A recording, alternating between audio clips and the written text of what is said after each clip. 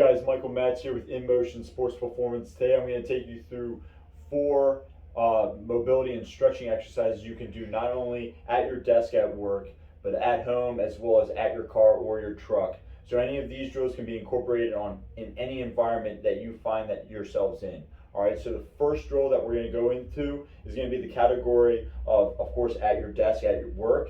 All right, so the first one is going to be a piriformis stretch. All right, so with this one, I'm just on a stability ball, but of course you can incorporate this easily with a chair. All right, what you're gonna do is you're gonna take one foot. I'm gonna start off with my right leg. You're gonna cross it over your left side. Now, depending upon the angle that you're at will also dictate, of course, the tension that you're having in that piriformis, that side of the hip.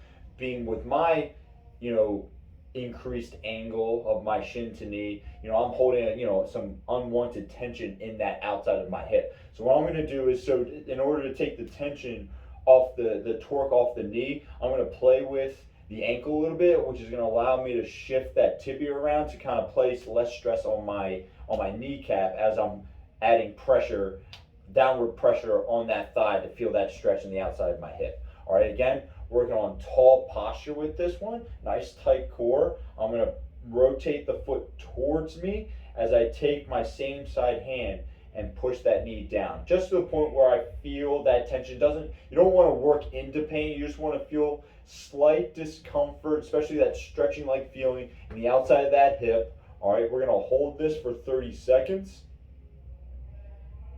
and then come back. A lot of times, depending upon how tight that one is and the intensity of that stretch that you're feeling, you can oscillate or move in and out of that stretch by holding it for 3 to 5 seconds and then relaxing it. Push down, hold for 3 to 5 seconds, and then relax it. And of course, over time, you should feel, as you can see with mine, all right, you should feel that angle, that shin to knee angle, kind of become more and more or close to parallel with the floor as possible, as long as you're not feeling any unwanted torque or stress to that knee. All right, so once you finish that, you can switch over to the opposite side.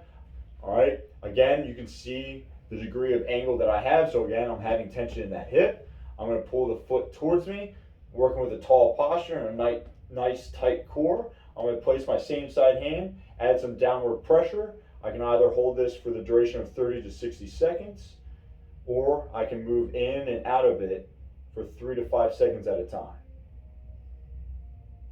Just like that. And again, as you perform this, you should see that there's some changing happening and some tension being released in that hip to allow this shin to kind of become more and more parallel with the floor, or at least close to it. If at times that you're not seeing that there's any change happening, sometimes it's not the best thing to continuing going on with the same stretch, because it might not be solving the issue that you might have. But it is a very good common stretch to be incorporating into your daily routine that can also, not only am I releasing the tension in my hip, but that, of course, it can connect to a lot of unwanted tension to the lower back. So a lot of times if you release the tension here, that'll also, in comparison, release tension in that lower back as well. Okay? So the next one we're going to do is a hamstring stretch. Now again, depending upon, I'm using a stability ball, but again, you can easily do this with a chair. Okay, you're gonna step back just so you have a good distance away from it, just enough that you can place your heel on top of it. All right, depending upon, again, the tension you may have in your hamstring, this might be all you need to start feeling that stretch. All right, but again, we want to work with a good tall posture. You won't want to be slumped over. Nice tall posture, and even correcting your posture, you can start feeling that pull occur in that hamstring. A lot of times people will have slight knee bend. Again, that's totally fine. Work with what you're given. All right, and you might find over the course of weeks to months that this kind of changes, and you can get the legs straighter and straighter. Great. If not, just work with what you got, making sure, again, you're not going to feel it in any other part of your body than where we're actually targeting. So if you're feeling this all in the lower back, readjust your posture, make sure, maybe bend your knee a little bit more just to release some tension off that lower back.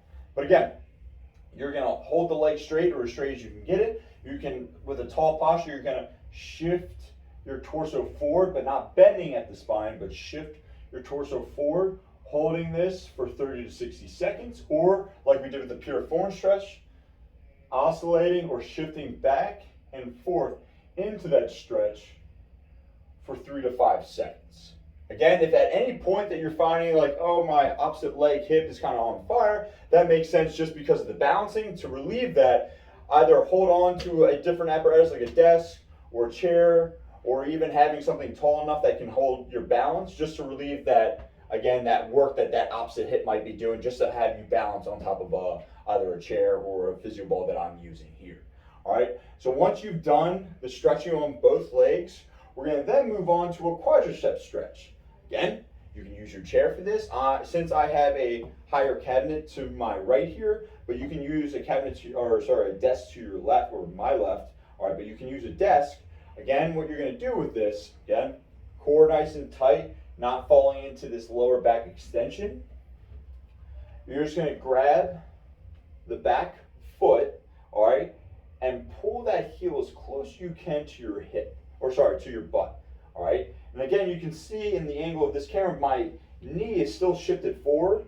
At this point, I'm not necessarily getting the best benefit of stretching out that quad and hip flexor region. So I want to think about pulling back or reaching with my back foot back towards the opposite direction, all right, to make sure that that quad is in line with my opposite leg. And from there, pull the heel towards your butt. At that point, you should feel a greater degree of stretching occurring in that front aspect of your leg. Now, say for instance, you can't grab your foot and pull it back.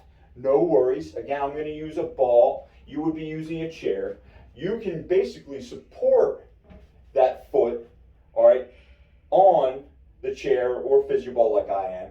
And again, having the foot a little bit further out in front of you. And again, nice tall posture, shifting your weight forward. A lot of times, again, just this angle in and of itself, some people, depending upon how tight they are in that front aspect of their quad, might feel stretched right here. All right, others may need something higher to bring that heel a little bit closer to your butt. That's fine. But at least this taller position of my foot, I'm able to dip down, all right, and grab the foot and pull it up towards me easier compared to if I didn't have something underneath me and I had to balance on one foot as I pulled it up, okay? Another way to perform this drill is to do it from the floor. Again, if you don't, with this one, you would want to use like a soft padding or, you know, a couple pieces of, you know, like a thick book or something soft that you can place your knee on rather than having your knee on the carpet if it's too much tension or if it's too much stress or too uncomfortable. But again, you could be at your desk, tall posture, all right, knee right underneath your hip. The hip should be right underneath the shoulder. Shoulder should be right underneath the heel of the ear. All right, again, core nice and tight, lower back is nice and flat. From here, I should be able to feel a stretch already occurring in the front aspect of my quad and hip flexor. If not, I can shift my weight forward a little bit.